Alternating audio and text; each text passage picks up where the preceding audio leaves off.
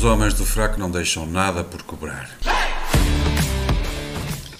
Ora, muito bem, estamos de volta com a segunda parte do nosso episódio. Gostava de vos lembrar que os Homens do Fraco têm agora uma parceria com a Prozis. Lembrem-se de usar o código Homens do Fraco durante o checkout para obter um desconto direto de 10%. O link está na descrição deste episódio. Voltamos às cobranças internacionais. Como sempre, quando começamos, o primeiro é sempre o nosso convidado, o João Mendes, que quer falar sobre os BRICS. Esta palavra faz muita confusão e já vão perceber porquê. Mas, João, achas mesmo que um grupo de países grandes, mas com uma parte enorme da sua população muito pobre, quase miserável, conseguirá mesmo fazer uma revolução ou dar o exemplo de alguma coisa mais boa, por exemplo? Estás convencido disso? Não, mas quando dizes quase miserável está a ser simpático, porque eles não são quase miseráveis, eles são maioritariamente miseráveis, não é? Mesmo no Brasil, que se calhar acaba por ser aquele país que está menos mal, a miséria é imensa. Mas aquilo que me fez trazer aqui este tema é outro tema que eu aprecio muito, que anda sempre aqui um bocadinho à volta da hipocrisia, da forma como se interpretam determinados assuntos. Ora, os BRICS reuniram-se há dias, não é? E houve muita gente que ficou muito surpresa e até indignada, porque este conjunto de países, globalmente pouco recomendáveis, sabemos, não se uniu em torno dos interesses estratégicos e geopolíticos do Ocidente, e em particular dos Estados Unidos. E as pessoas, meu Deus, então esta gente vai se reunir ali e não estão ali para defender os interesses dos Estados Unidos? Como é que isto é possível? Eu achei isto extraordinário, claro, e também achei isto ilustrativo de um processo que eu não estou aqui a festejá-lo, eu não acho que o futuro vai ser muito melhor, mas que é um processo de decadência dos Estados Unidos, não enquanto país ou enquanto potência militar, mas enquanto potência hegemónica, que o foi desde o fim da Guerra Fria. Já o era no final da Guerra Fria, mas desde o fim da Guerra Fria, incontestavelmente. Como disse, não enquanto potência militar, até porque os Estados Unidos continuam anos-luz, militarmente anos-luz de qualquer outro país. E eu acredito que num cenário de guerra total, em que nós acabaríamos todos por morrer, eles provavelmente seriam os últimos a morrer, morreram já com a radiação toda que estava acumulada, mas os Estados Unidos têm um poderio militar que é uma coisa insuperável, quer dizer, basta ver a quantidade de porta-aviões que os Estados Unidos têm, tem mais porta-aviões só os Estados Unidos, se calhar, do que os outros países todos do mundo, e isso diz muito sobre aquilo que é a capacidade do exército americano. O problema dos BRICS, contudo, não são só as más companhias que lá andam, porque nós aqui no Ocidente, o nosso moral e toda a nossa virtude, temos excelentes relações com os sauditas, o nosso modelo económico depende umbilicalmente do regime totalitário chinês, e o próprio Putin, se bem me lembro, era um dos nossos. Palavras de Bush filho, aqui há uns anos, e não foi assim há tantos. O caso da Rússia é interessante porque a invasão da Geórgia, a ocupação da Crimeia ou mesmo todos aqueles assassinatos que nós conhecemos, a maior parte deles em solo britânico, nunca beliscaram a condição de parceiro estratégico que sempre foi atribuída a Putin e ao regime do Kremlin, que nunca foi uma democracia. Aliás, nós vemos agora até que sem, e o Gonçalo saberá isto melhor do que nós, sem o gás barato que a Rússia lhe vendia, a Alemanha não é um motor assim tão potente. Era um motor, mas depois acabou-se ali o gás barato e a coisa gripou o motor. Mas adiante, então, os BRICS são sobretudo um clube, já dissemos, de gente pouco recomendável, mas quero acreditar que todos juntos invadiram e mataram menos pessoas do que os Estados Unidos. Eu sei que isto custou ouvir a pessoas, sou putinista, não, é verdade. Claro que não estou aqui, obviamente, a incluir o regime soviético, que já não existe, não é? Isso matou muito mais gente, ou mesmo a China comunista, a verdadeira China comunista, não esta China trans, que é uma espécie de capitalismo de Estado totalitário, que joga o mesmo jogo de economia que nós, mas de comunista, aquela ideia maoísta já não tem muito, tirando a parte da violência e do totalitarismo. Isso não estou em erro, é bom a gente também ter isto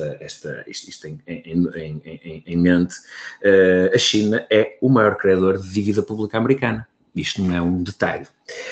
Também é um dos maiores proprietários de património estratégico na Europa, sejam portos, sejam redes de abastecimento como a nossa saudosa REN, que não é nossa, é uma empresa chinesa, uma própria EDP é uma empresa chinesa hoje, seja na indústria automóvel, nas energias renováveis, portanto, a transição energética, não há transição energética sem o regime chinês, não há simplesmente, eles controlam minerais raros que são fundamentais para praticamente tudo, têm 70%, 80% das reservas, eles mandam no imobiliário de países como o nosso, mas não só, Inglaterra, França, como mandam também em clubes de futebol. E mais, eu não sei se vocês sabiam isto, eu descobri isto hoje a fazer uma pesquisa precisamente para conversar aqui convosco. Vocês sabem qual é o país que o principal destino de investimento financeiro e estratégico da China? São os Estados Unidos. Estados Unidos. O maior ponto de investimento do terrível comunismo chinês é o capitalismo, é a pátria do capitalismo. Portanto, isto... eu fico sempre fascinado com estas indignações que resultam destas reuniões, que estes Estados, imaginem a ousadia, que querem afirmar os seus próprios interesses. Nós podemos não acordar com eles, eu discordo de todos e acho que eles são todos do pior que há. Mas quando vejo isto ser contrariado com a ideia de que mas nós somos aqui o baluarte dos direitos humanos, não somos nada, isto é business as usual. Os Estados Unidos mataram um monte de pessoas e continuam a matar e invadem quem lhes apetece invadir, mas a verdade é que a China é a nossa credora e isso não é um detalhe. A Rússia continua a vender-nos todo tipo de combustíveis. Este ano, neste momento, estão a chegar barris de gás, ou lá como é que o gás chega aí, não sei como é que ele chega, a Sines e a outros portos na Europa.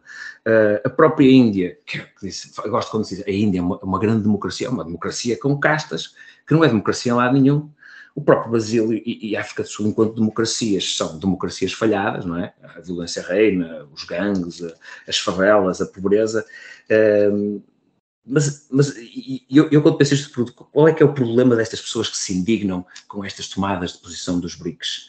E que dizem que não devíamos ter relações com esta gente. Eu, por mim, confesso, eu cortava relações com toda a gente, aí sou bastante radical, menos com o Brasil, porque temos aquela ligação quase de irmandade.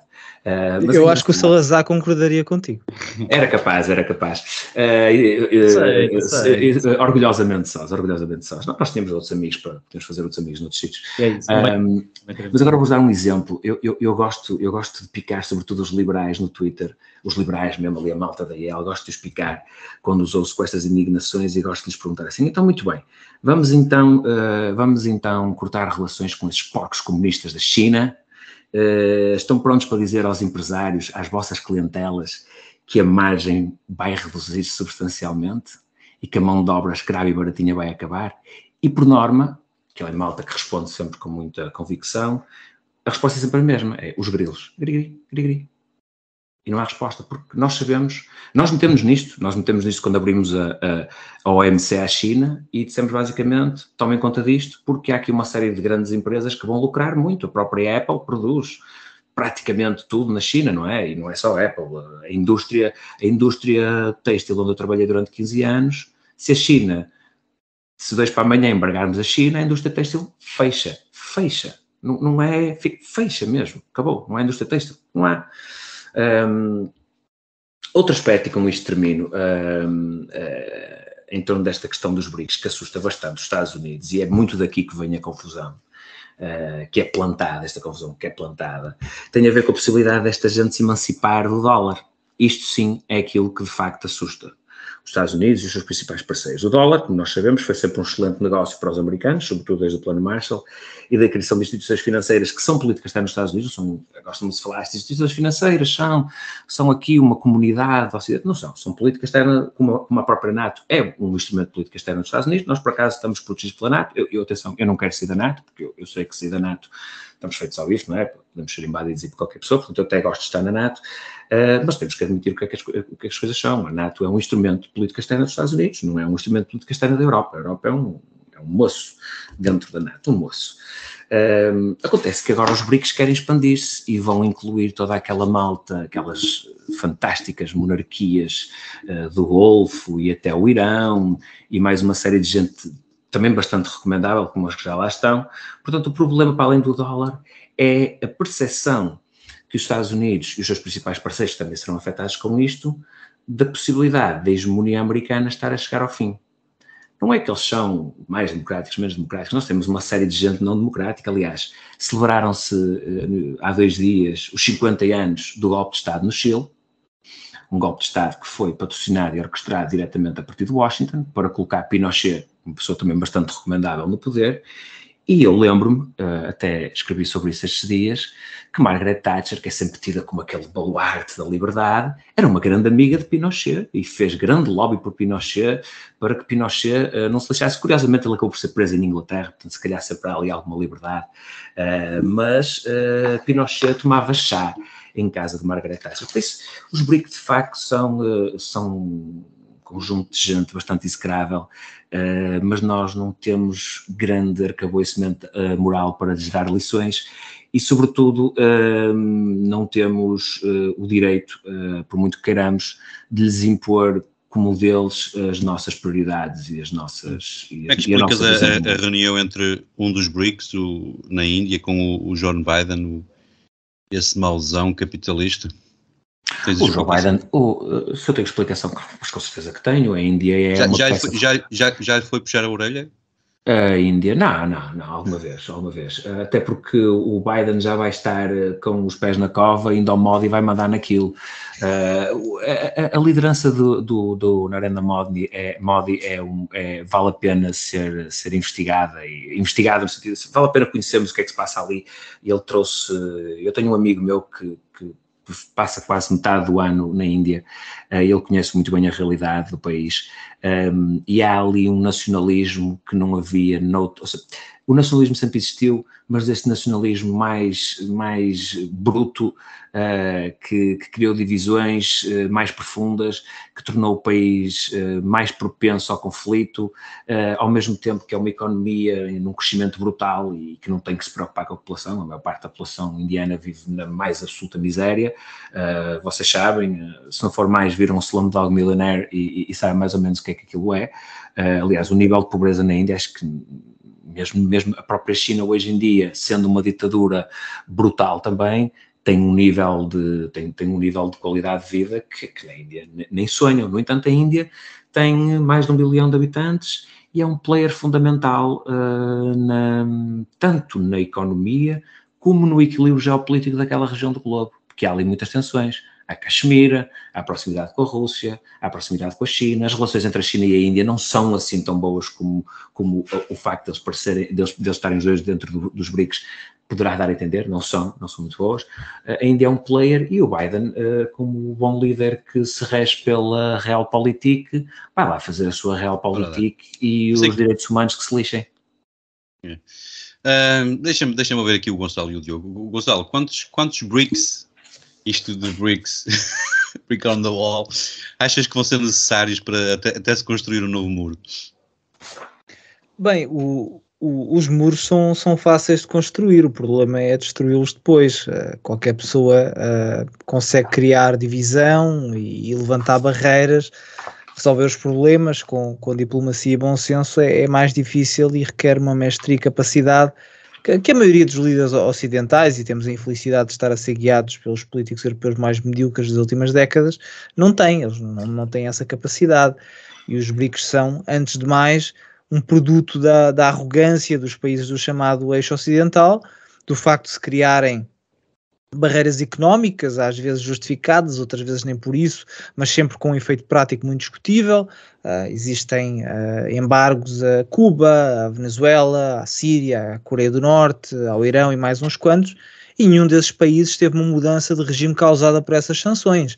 As populações desses países têm sofrido com o embargo, mas a cúpula política e económica não é particularmente afetada. Vejamos o caso da Rússia, em que as importações e exportações foram proibidas, mas a venda de bens e bens de luxo para os países circundantes, neste caso o Cazaquistão, a Geórgia, o Azerbaijão e a Arménia, aumentaram em alguns casos 400%. Isto não é o agricultor da aldeia perdida no meio da Sibéria que contrata 5 intermediários para mandar vir um Mercedes alemão. Mas esse mesmo agricultor sofre porque a inflação tira-lhe comida do prato. E isso também se aplica ao nosso caso. O boicote europeu, até que o João estava a mencionar, o boicote ao gás e energia russa, especialmente pela forma como foi feito, é sentido particularmente pelos europeus que são mais pobres, seja porque a inflação lhes está a roubar poder de compra, mas também porque a crise económica nos vai deixar sem emprego e vai deixar-nos numa situação social complicada. E as pessoas que estão a ver a sua prestação da casa disparar devem perceber que isso não está a acontecer por acaso. Os bancos não acordaram hoje e decidiram aumentar as taxas de juros. Isso deve-se a duas razões, e ambas resultado de políticas tomadas de forma deliberada pelos políticos europeus. A primeira foram os confinamentos Covid, e já vamos falar com um bocadinho mais de detalhe sobre isso, em que destruíram-se milhares de pequenas empresas, postos de trabalho, e subcarregou-se o Estado Social dos países esses que andaram a pagar a jovens saudáveis para ficar em casa a jogar PlayStation e ver Netflix.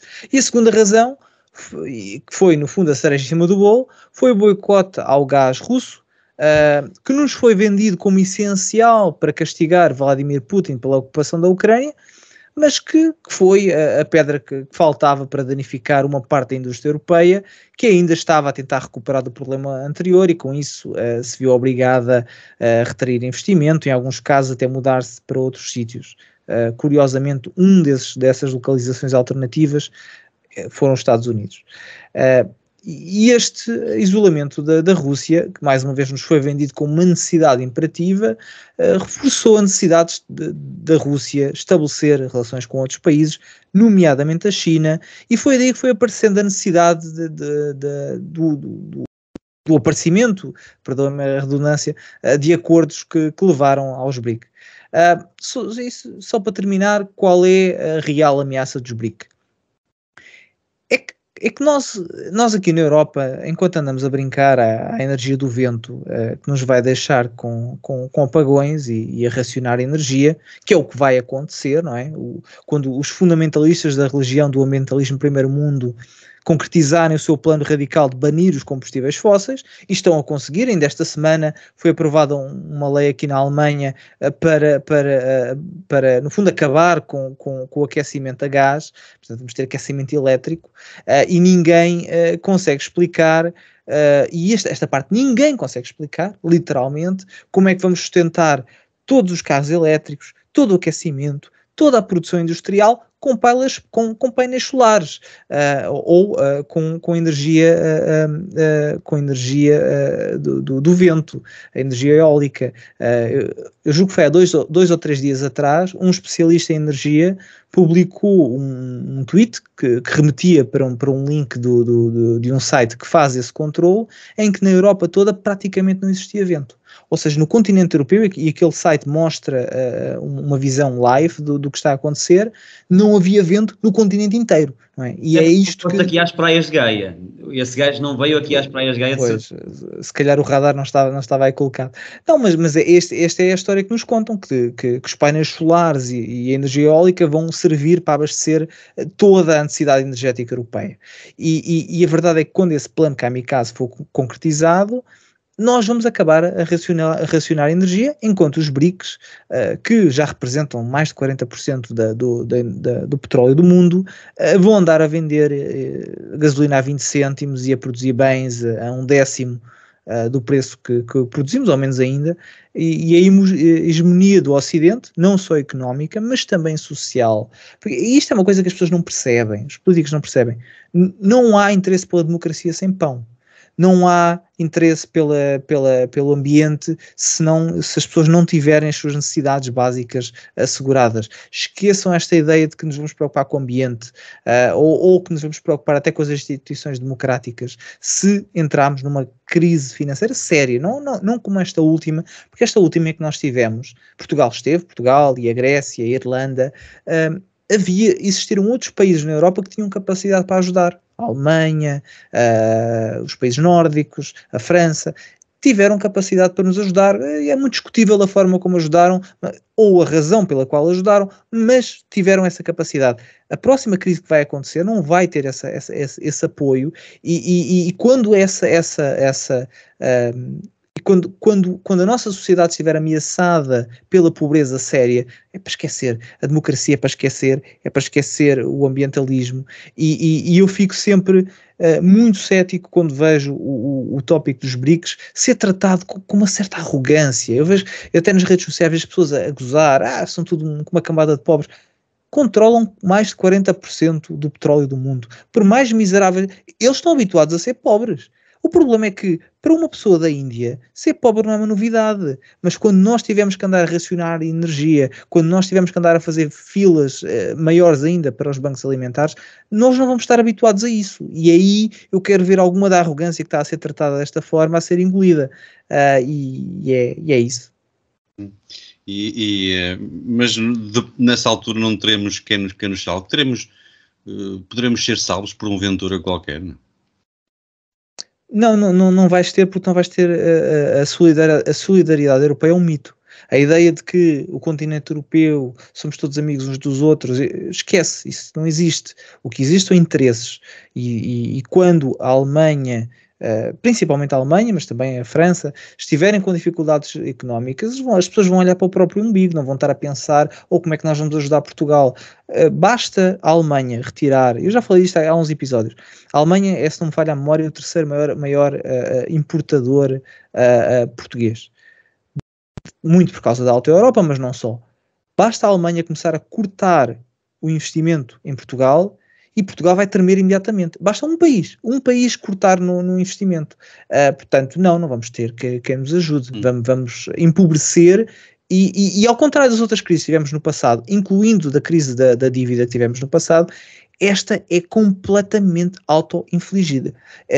A crise que nós estamos a ter foi decidida pelos políticos que se sentaram à mesa e disseram: vamos fazer um confinamento durante 2 anos por razões que ninguém consegue explicar, e depois disso vamos fazer um boicote ao gás russo que de certa maneira eles deixaram que fosse essencial para as suas economias.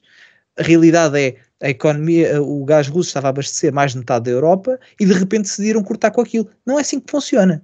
E agora só se fazem medidas para atenuar que só fazem no fundo pior. Portanto, isto foi auto-infligido. Diogo, mas neste grupo, quer dizer, o Gonçalo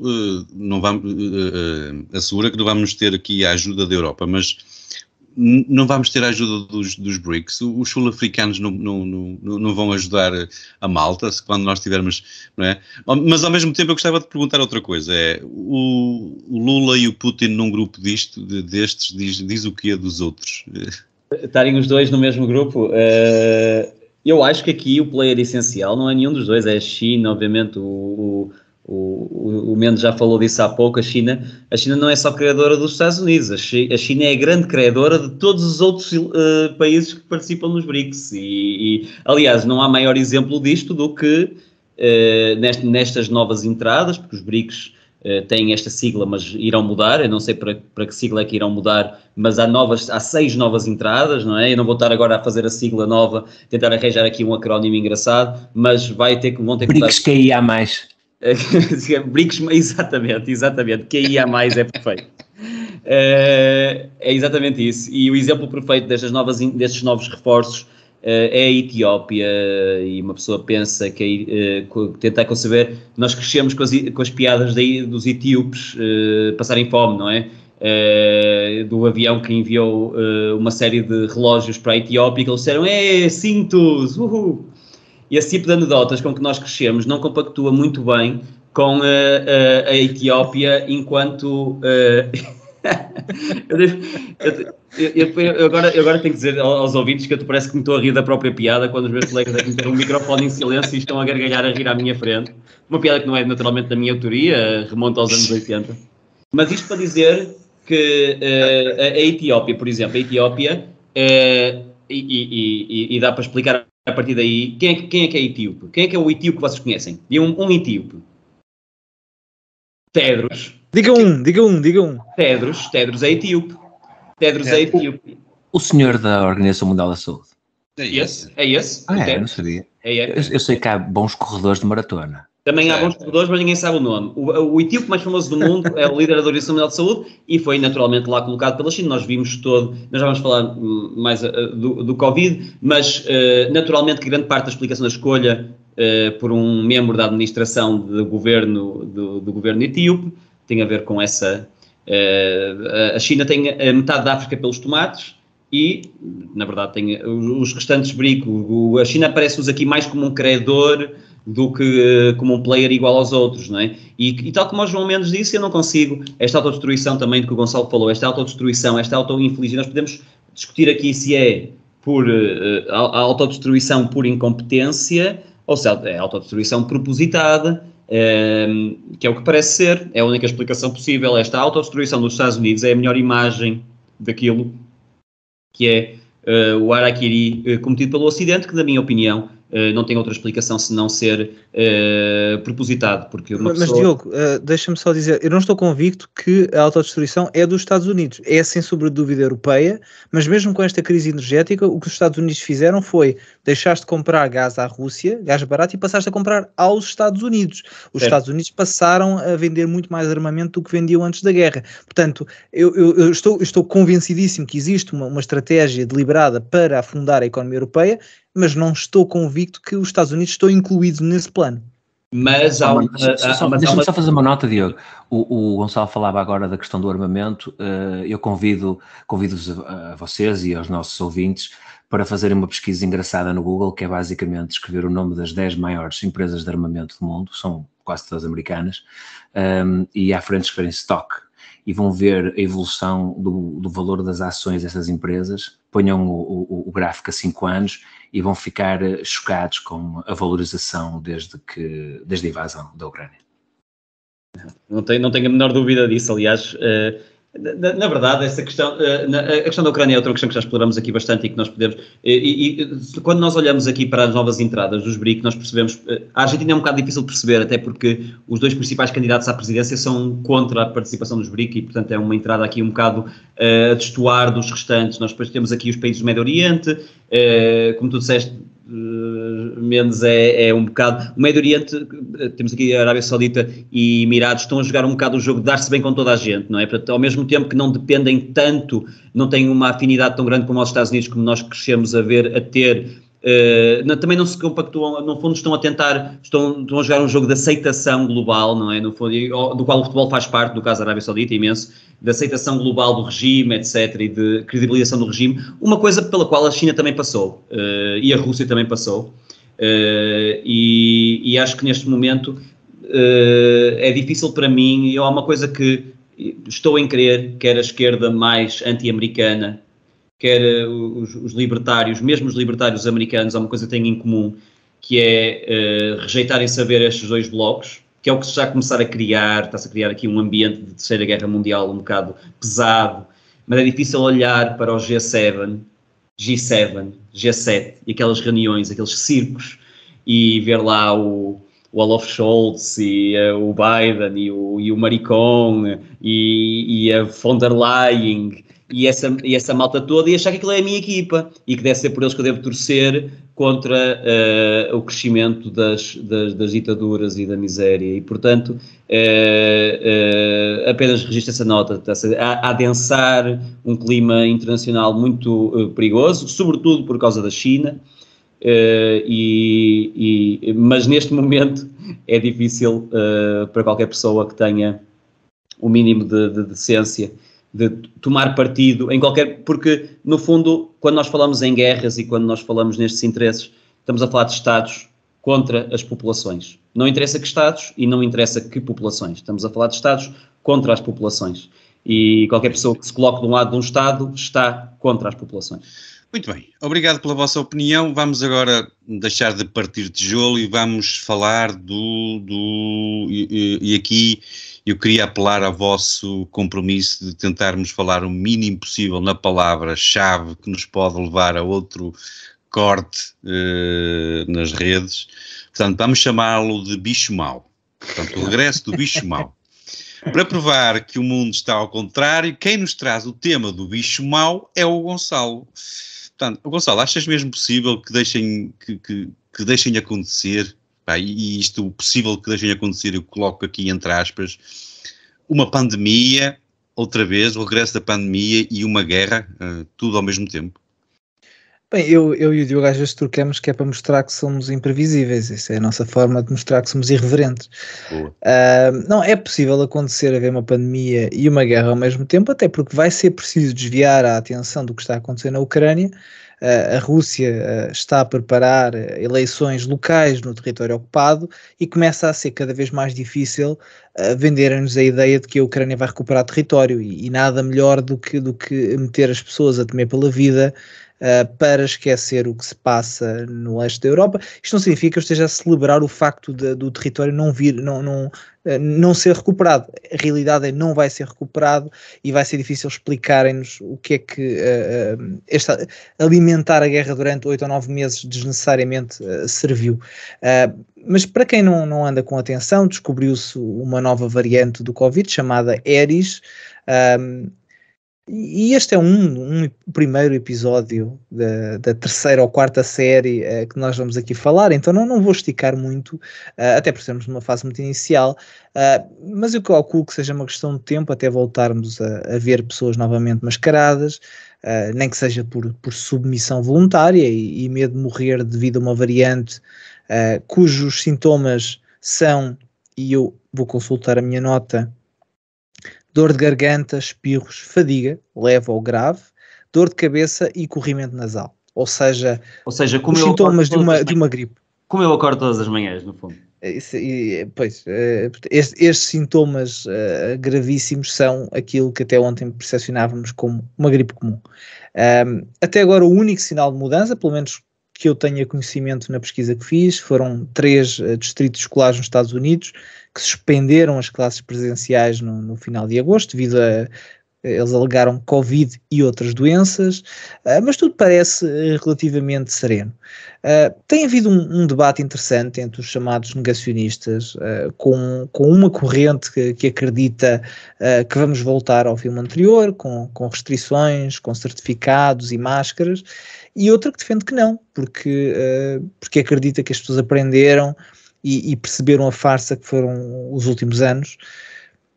Eu não acredito que voltemos ao mesmo, pelo menos não no mesmo molde, mas ao contrário da maioria, não é por ter fé nas pessoas, eu não tenho assim muita fé na humanidade e na capacidade destas aprenderem com os erros, porque na verdade não acho que tenham aprendido nada. Os sociopatas que andaram a desejar que os não vacinados morressem, não se tornaram pessoas normais de ontem para hoje. E quem andou aterrorizado com medo de morrer não vai deixar de estar. Assim que os jornais voltarem a mostrar as imagens das ambulâncias e das pessoas que morreram com Covid, não confundir com de Covid, a diferença substancial é que com os níveis inflacionários e com os indicadores macroeconómicos que temos, se voltarmos ao confinamento, a sociedade como a conhecemos acaba, né? Nem os governos têm capacidade de voltar a pagar para a malta ficar de férias em casa. Aliás, antes pelo contrário, a Alemanha já está a cortar a despesa com o apoio social. Fez um ajustamento às prestações sociais que eu acho que era necessário, porque a inflação tem galopado tanto e era preciso fazer essa atualização, mas à parte disso tem cortado e tem-se feito planos para cortar. Aliás, o Partido Liberal Alemão, que tem uma sigla muito interessante, que é a FDP, disse e faz parte do governo, como seria difícil para eles dizer vamos aumentar impostos, o que eles disseram foi nós vamos cortar no apoio social precisamente para não aumentar impostos, o que não deixa de ser curioso tendo em conta o nível pornográfico de impostos que se paga neste país, mas portanto, isto para dizer que já se começa a cortar e que não é possível, o Estado não tem capacidade para voltar a colocar, e vocês se calhar em Portugal não têm essa noção de forma tão acentuada, mas aqui pagaram-se literalmente durante meses a pessoas saudáveis, às vezes não a totalidade do salário, mas 80% ou 60%, durante muito tempo, por razões que, mais uma vez, ninguém percebia muito bem, porque a mortalidade nas pessoas jovens não era assim muito alta e não sei o quê, mas o Estado não vai ter capacidade para fazer isso, portanto, não há capacidade para voltarmos ao mesmo, mas isto não significa que os que mandam no mundo não vão usar o pânico induzido para reprimir protestos que não lhes sejam convenientes. Atenção, há protestos que vão ser sempre permitidos, como foi o caso dos protestos da Black Lives Matter no meio da pandemia, mas para introduzir mais controlo digital, para reprimir mais informação, para vender mais vacinas, claro, mas os moldes serão diferentes, mas por razões diferentes também. Não sabemos o que vem, mas não é bom e havemos de cá estar para continuar a falar sobre isso. Estou em pulgas, eu quero saber se é agora que o Diogo se vai vacinar.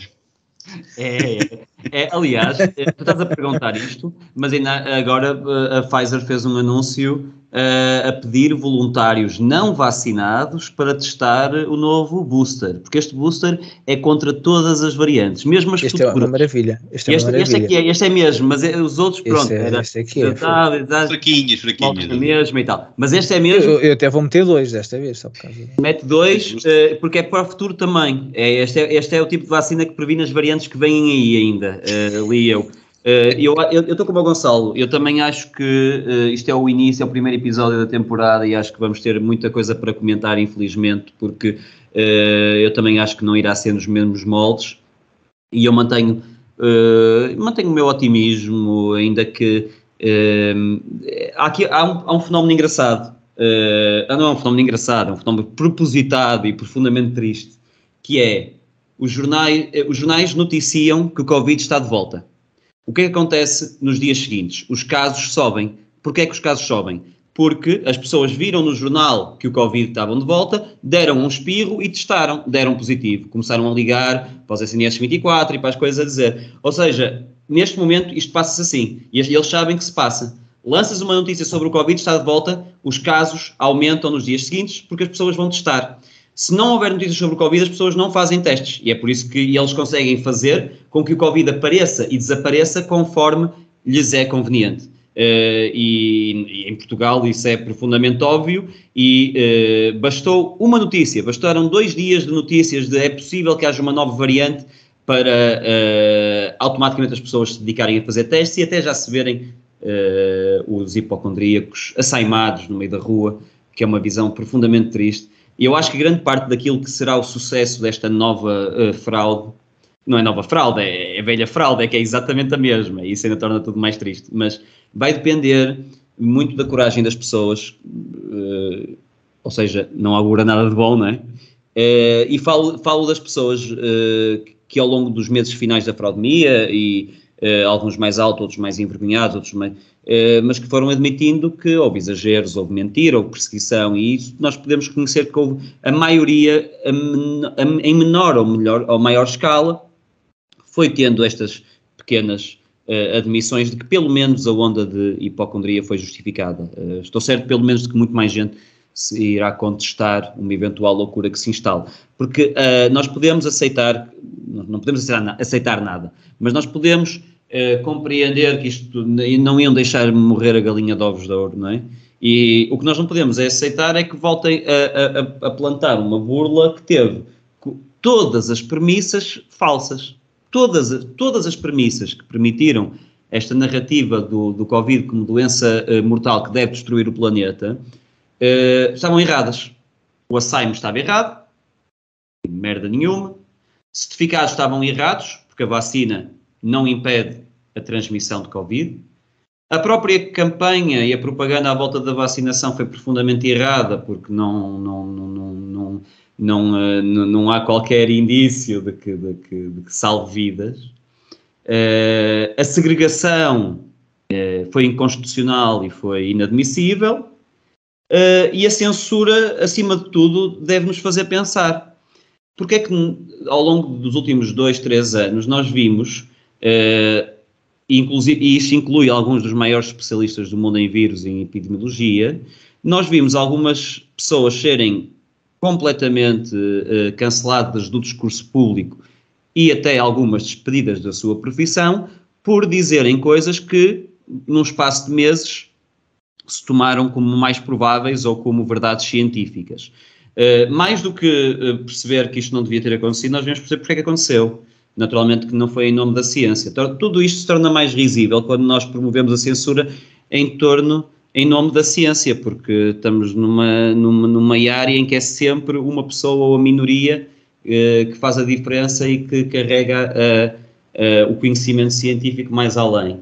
E o cancelamento de um determinado tipo de narrativa que contrariasse aquela que era a oficial e a do pânico ter sido absolutamente escorrida do discurso público, deve-nos fazer pensar porquê, no mínimo isso. E acho que, pelo menos, se isto voltar a aparecer, vai haver sempre os maluquinhos que vão acreditar do início ao fim, vai haver as pessoas que não vão querer engolir o orgulho por causa de tudo o que disseram acerca dos negacionistas e das suas associações políticas e morais, mas estou em crer que a maioria das pessoas, se tiver um par deles, vai bater o pé desta vez. Mantenho esse otimismo. Muito bem. Para terminar, João, como é que tu vês este regresso? Uma normalidade porque o bicho mau anda mesmo por aí, pá, no ar, ou mais uma ação publicitária para o aumento das vendas das farmacêuticas? Todas as ações publicitárias para o aumento das vendas das farmacêuticas são sempre justificáveis, não é? Aliás, não sei quem é que falava há bocado do Djokovic, que foi um notório negacionista. Outro dia estava o jogo dele a acontecer, não sei se foi a final ou meia-final do US Open, com grande patrocínio da Moderna por baixo. Foi Shot of the Day, o vídeo famoso que se tornou viral. Shot of the Day. Podia ser o Booster of the Day. Podia ser o Booster of the Day. By the way, o Booster no meu tempo era uma carteirinha de cartas de Magic, mas adiante.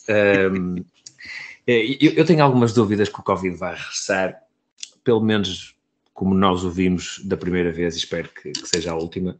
Sei que já se falaram aí de algumas movimentações no Brasil e nos Estados Unidos, mas eu ainda tenho para mim que nós não somos tão maluquinhos como aquela malta do outro lado do Atlântico. Eu estou um bocado como o Gonçalo, eu não acredito que nós voltemos ao mesmo, e eu acho que há várias razões e existem várias razões que me levam a pensar assim. E eu faço aqui o meu meia-culpa, eu fui um furioso assassino virtual de malta que discordava ali, o meu amigo Gomer sabe bem disso. Mas porquê é que eu acho que não vamos voltar ao mesmo? Em primeiro lugar, porque hoje em dia penso que já existe muita informação sobre uma certa inutilidade do uso de máscara. Se no início era possível, e o pânico, o medo leva um bocado a isto, acreditar que de facto aquilo ia fazer a diferença, hoje acredito que muito mais gente percebe que, ora bem, eu não tenho bases científicas para dizer que ela é totalmente inútil, e daí digo que ela é parcialmente inútil. Eu frequento muitas vezes não o IPO, mas a ala pediátrica de oncologia no Hospital São João, e como devem imaginar, lá dentro ando de máscara porque estão ali crianças que estão num estado de fragilidade brutal. Portanto, a máscara tem algum... Claro, é um ambiente hospitalar, estéril, em que a máscara é utilizada de uma forma mais correta. Não vai ao bolso.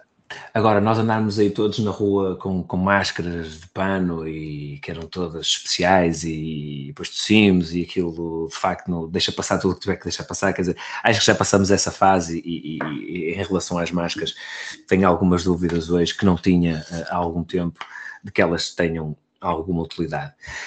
Depois também sabemos que o custo de mobilizar os SNS por esse mundo fora, onde eles existem, para combater a Covid, teve como consequência mais tarde um aumento da mortalidade noutras doenças, por falta de tratamento ou por falta de prevenção. Sabemos isso, temos dados concretos hoje para o afirmar. E depois temos a questão da guerra, não é? Ao contrário do Diogo, acho que o Diogo foi por aí, ao contrário do Diogo, eu não acredito que seja possível manter tudo ao mesmo tempo. A guerra, o efeito da inflação, lockdowns, Estados a patrocinar para as pessoas estarem em casa, quer dizer, não consigo ver-nos a voltar a isso. Sim, João, mas por outro lado, a narrativa da guerra vai ter que ser mudada, e não pode ser mudada com isto não está a correr bem, o dinheiro que vocês lá meteram perdeu-se. Vai ter que se arranjar qualquer coisa para ofuscar a narrativa. Isto é um excelente tópico. A narrativa da guerra já está a ser alterada há algum tempo, e mesmo a comunicação dos mais fervorosos adeptos de Winston Zelensky, já começamos a ver aqui algumas brechas no muro. Hoje saiu uma peça em alguns jornais, inclusive num jornal ucraniano, que dizia que foi feito um estudo na Ucrânia e que a maioria dos ucranianos inquiridos entende que Zelensky é o principal responsável pela corrupção na Ucrânia. Quer dizer, 80%. Isto dito há uns meses, todas aquelas pessoas eram automaticamente putinistas, incluindo quem... nisso, o facto desta notícia ter saído nos jornais mainstream do Ocidente não é irrelevante. Exatamente, não é relevante. Até porque há dados concretos que demonstram, ao contrário do que dizem alguns iluminados nas televisões, que eu cada vez vejo menos, felizmente, a contraofensiva não está a funcionar assim tão bem. E como dizia o Gonçalo há bocado, já estão a ser feitas aquelas eleições, aquelas encenações eleitorais nos territórios ocupados, e eu não vejo como é que o Ocidente ou a própria Ucrânia vai expulsar de lá os russos, a menos que estejamos agora todos preparados para morrer e decidamos, ok, vamos então mesmo para a guerra nuclear, porque para o russo, para o Kremlin, aquele território é território russo. E se for atacado, para ele, na perspectiva deles, é uma não estou a dizer que concordo com isso. Por mim, eles podiam ir todos para o que o parta, mas podemos dizer palavrões aqui? Podemos. Eu já disse, não vou dizer. Já disse uns quantos. Já disse, já ficou subentendido. Mas eu não vejo como é que vão tirar de lá os russos. Não sei, não vejo. E vejo outra coisa, que é, há uma eleição americana no horizonte que pode fechar a torneira completamente. E sem América não há esforço de guerra ucraniano. E podem, já agora, voltando ao tópico, não querendo trazer de volta ao tópico, mas o regresso do Covid pode estar intimamente ligado com as eleições americanas, basta pensar do que aconteceu nas últimas, quer do ponto de vista dos salvadores da nação, nós não queremos aqueles negacionistas de volta, que é lembrar que o Trump é genocida, não é? Como, por outro lado, o voto à distância, que não envolve a presença física, é conveniente aos democratas. Sim, não sei até que ponto é que será ou não, acredito que possa haver aqui alguma tentativa de usar isso em benefício da atual administração, que pelos vistos vai ser alvo de um impeachment agora nos próximos dias, mas assim, eu também quero deixar aqui claro uma coisa, eu tive muitas discussões aqui com o camarada Hofbauer, nós temos aqui visões que se desencontram num aspecto fundamental da questão do bicho mau, que é o Diogo tem a visão dele que nós conhecemos, ele já aqui a trouxe várias vezes, não vou voltar a repetir-me. Eu vejo a questão de uma maneira diferente, ou seja, eu acredito que a doença existe e de facto mata pessoas, mas não acredito que tudo isto seja um plano pré-maquinado, mas sim uma oportunidade que governantes e Estados encontraram de retirar liberdades às pessoas, de impor uma série de condicionalismos e de lucros sobretudo, porque não é novidade nenhuma, para um gajo de esquerda como eu, não é novidade nenhuma que as farmacêuticas andaram a fazer todo tipo de esquemas durante décadas para sacar dinheiro aos Estados e às pessoas e nunca foi uma indústria propriamente limpa, pese embora eu gosto do meu Benurão quando a cabeça me dói depois de ver uns copos. Portanto, no fundo, eu vejo isto mais como uma oportunidade que os governantes sempre aproveitam para retirar liberdades às pessoas, mas eu não sou a pessoa mais informada sobre o assunto, mas admito que na altura fiz análises erradas e pronto, e faço o meu meia-culpa a esse respeito. No entanto, eu não acredito que voltemos ao mesmo, não acredito em lockdowns de meses, não acredito sequer, como vocês também já referiram, que os Estados, nem a própria Alemanha tenha dinheiro para voltar a mandar as pessoas para casa.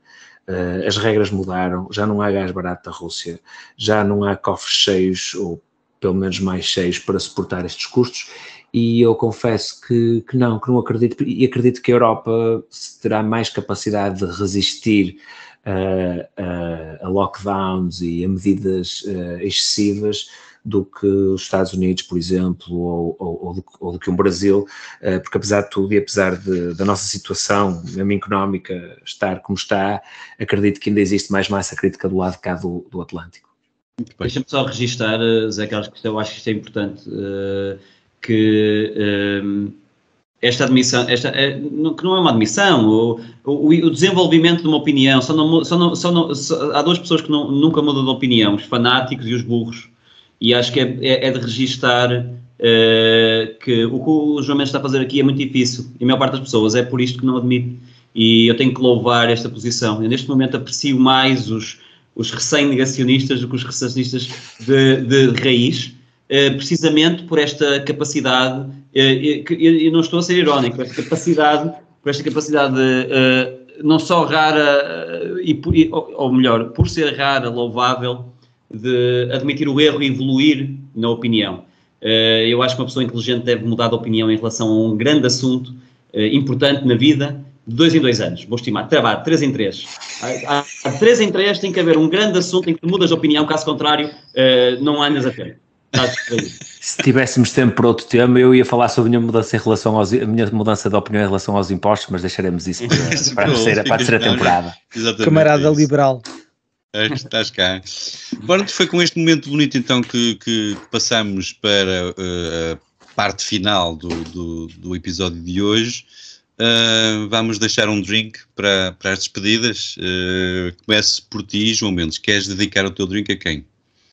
Eu quero dedicar, o meu drink é um Danoninho de beber, e quero dedicá-lo a Marcos Mendes, porque eu acho que lhe vai faltar um bocadinho assim para ser o próximo Marcelo Rebelo de Sousa. Diogo, o teu drink é para quem? Opa, eu vou ter que, infelizmente, oferecer uma vodka laranja. Ui. Perdemos o Diogo.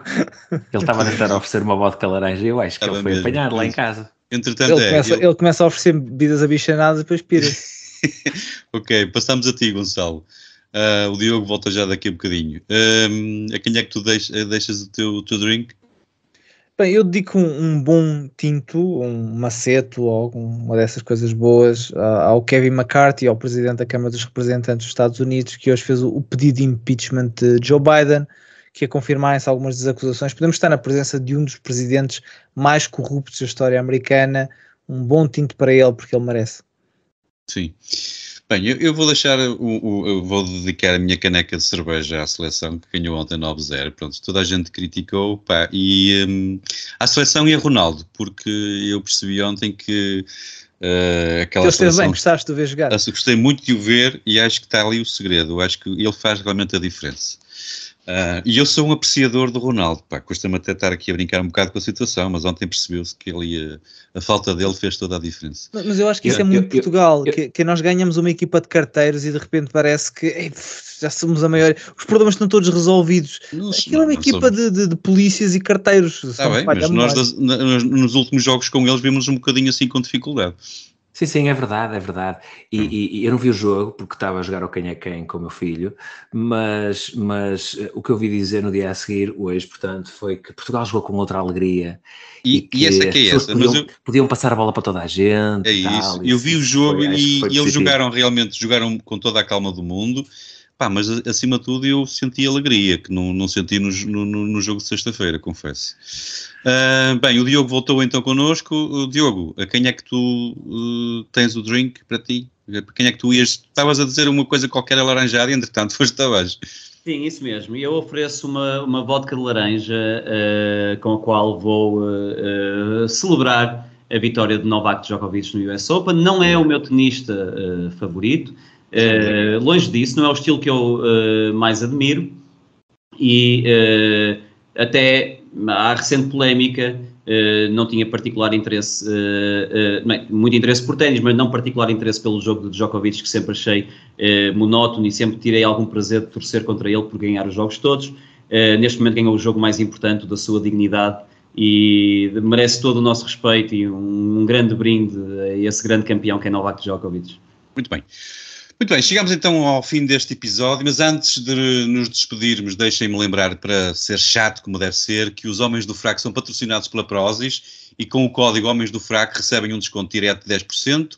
O link está disponível na descrição deste episódio. Aproveitem os descontos e ajudem-nos a cobrar. Já sabem que estamos em tudo que é plataforma de podcast, estamos também no YouTube, no Rumble, visitem, subscrevam, Se preferirem, visitem www.homensdofraco.com. Esta é uma porta direta para onde nos quiserem ver e ouvir, onde quiserem escrever para nos insultar ou para irem diretos aos descontos que os nossos parceiros têm para todos vós. Obrigado por estarem desse lado. Muito obrigado a todos. Espalhem a boa nova. Os Homens do Fraco estão aqui para cobrar tudo o que mexa. A prova foi este episódio. Muito obrigado, João Mendes, mais uma vez. Obrigado eu por me terem cá mais uma vez. O nosso arqui-inimigo favorito. Estás cá no coração. Obrigado, Gonçalo. Um grande abraço. Um abraço ao Diogo. Obrigado a vocês. Nós voltamos para a semana. Apareçam. Até lá. Boa semana para todos. Beijinhos. Até para a semana. Um abraço.